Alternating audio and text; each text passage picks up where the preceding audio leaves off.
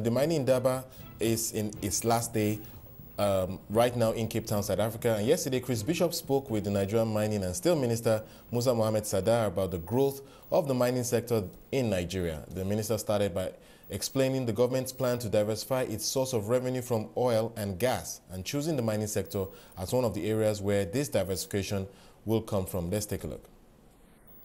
What is happening actually is that this present government took a decision that we need to diversify from the oil and gas single line revenue source to other sources, and they picked mining to be one of the areas that the diversification should come from.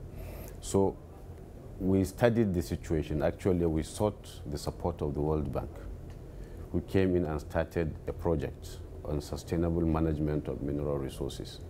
The project just ended last year. And what they tried to do is to reform the sector institutionally and legally with all the necessary regulations and issues. As I'm talking to you now, we have basically gone through all the necessary requirements for institutional reforms, for legal reforms, and so on. We established new institutions and put new frameworks that will guide the development of the sector. Actually, just about 3 days ago, before coming here, we launched a roadmap. This roadmap is a culmination of all the activities that we put together. Now we're saying, look, this is the direction that we are going.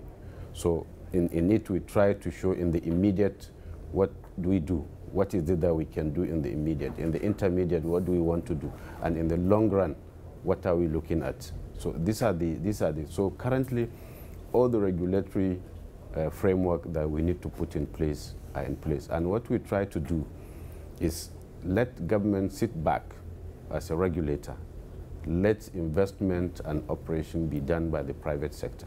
This is precisely the backbone of the reform itself. If I was a foreign investor, how quickly could I come into your country and get my rights and start mining? Yes, there are about 3 ways you can do that.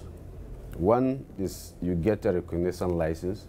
After studying the geology, you go around on your own or using local knowledge to find some areas that it will take quite a while, because you need to sieve through information to make sure that you're taking the right decision.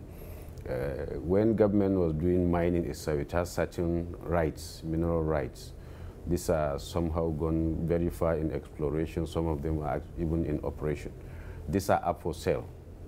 You can bid for it, and you can get that. This is where most of the progress is being made, where there's some level of information that need to be done. Thirdly, we encourage joint ventures or transfers from those people that have knowledge of the geology or have done some work in certain areas but are unable to move forward because of funds or skills. Then we encourage such joint venture or transfers so that it moves forward. So in any of these 3, you find yourself.